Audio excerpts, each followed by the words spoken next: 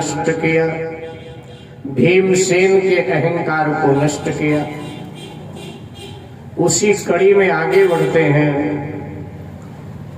सुदर्शन चक्र के अहंकार को और गरुड़ जी के अहंकार को भगवान श्री कृष्ण ने किस तरह श्री हनुमान जी से नष्ट कराया, उसी प्रसंग को आगे बढ़ाते। शास्त्रकार लिखते हैं कि द्वारिकाधीश निज महलों में हनुमत की चर्चा करते थे, हनुमत की चर्चा करते थे, हनुमत की चर्चा करते थे। अधिकारी और कलंकारी सुन करके भगवती जलते थे, सुन करके भगवती जलते थे।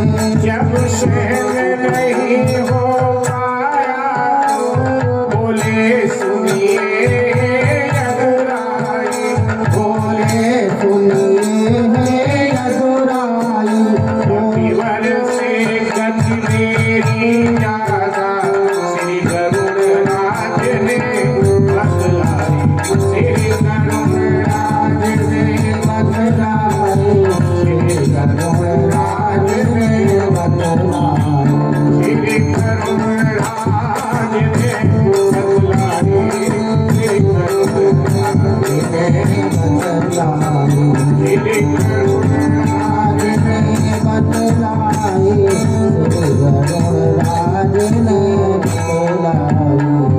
द्वारिकाधीश आज अपने महलों में जहाँ गरुड़ जी विराजित हैं, रानियां विराजित हैं, उनके मध्य में भगवान श्री कृष्ण चर्चा कर रहे थे गति की। कहा कि हनुमान की गति पवन की तरह है, बड़े गतिशील हनुमान जी महाराज, मतिशील हनुमान जी महाराज।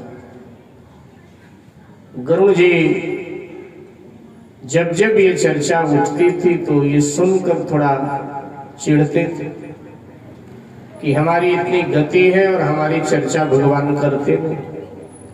आज फिर जब हनुमान जी की प्रशंसा किया भगवान ने तो गरुड़ जी से आज नहीं रहा गया और गरुड़ जी ने आज प्रत्यक्ष बोल दिया भगवान के सामने कि महाराज हमेशा आप यही चर्चा करते हो कि हनुमान की गति बड़ी तेज है, क्या मुझसे भी तेज है? मुझसे तेज उनकी गति नहीं हो सकती। कभी आप परीक्षा करके देखें, भगवान उस समय कुछ नहीं बोले। आज लीलाधारी को लगा कि गरुड़ जी के अहंकार को नष्ट करना चाहिए।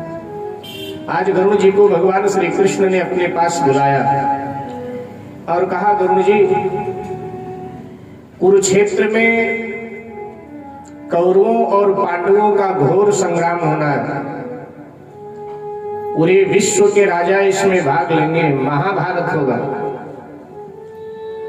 हनुमान जी से कुछ मेरी जरूरत है, इसलिए तुम जाकर हनुमान को अति शीघ्र बुला करके ले आओ। महाभारत युद्धि का हुआ तभी ऐलान, गर्भ प्रहरी ने कहा, सुनो गरुड़ मतिवान, बेगी अवधपुर जाओ आइए, बेगी अवधपुर राम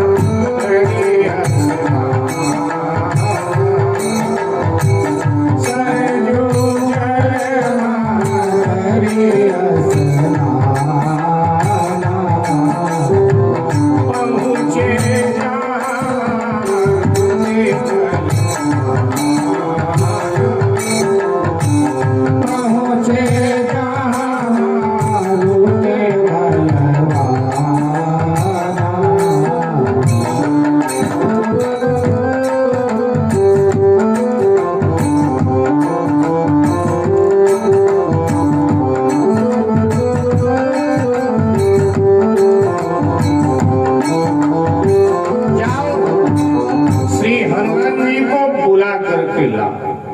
द्वारिका से श्री गरुड़ जी महाराज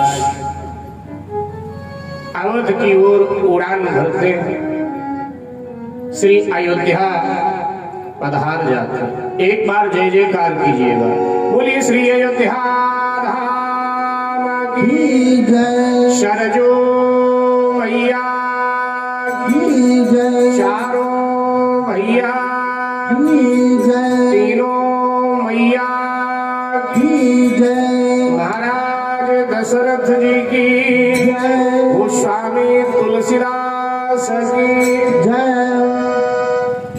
अयोध्या पहुंच गए गुरु जी, पुरी को दंडवत प्रणाम किया। अयोध्या पुरी वंदनीय है,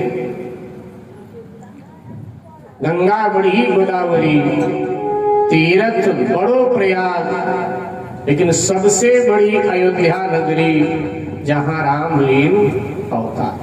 तो ऐसी अयोध्या नगरी में जब हम प्रवेश करें तो सबसे पहले हम पुरी को दंडवत प्रणाम करें। तो गरुड़ जी ने भी अवधपुरी को दंडवत प्रणाम किया है और अब सरजू के पावन जल में स्नान किया। सरजू की बड़ी महिमा है। सरजू भगवान के नेत्र से प्रकट हुई है, गंगा भगवान के चरण से प्रकट हुई है और सरजू जी भगवान के नेत्र से प्रकट हुई है।